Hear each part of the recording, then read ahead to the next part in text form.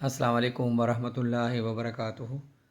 وراثت کی تقسیم میں یہ غلطیاں مت کریں۔ خاندان بچائیں، پہلے سے تیاری کریں۔ 5 غلطیاں جو خاندان توڑ دیتی ہیں۔ نمبر 1، وصیت نہ کرنا۔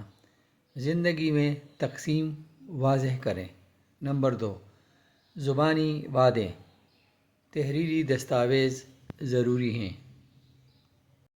نمبر 3، بیٹیوں کا حق نظر انداز کرنا۔ اسلام اور قانون دونوں حق دیتے ہیں۔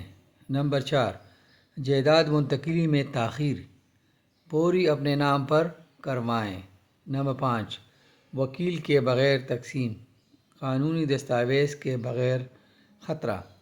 وراثت کا مسئلہ پہلے سے حل کریں، خاندان بچائیں، رشتے بچائیں۔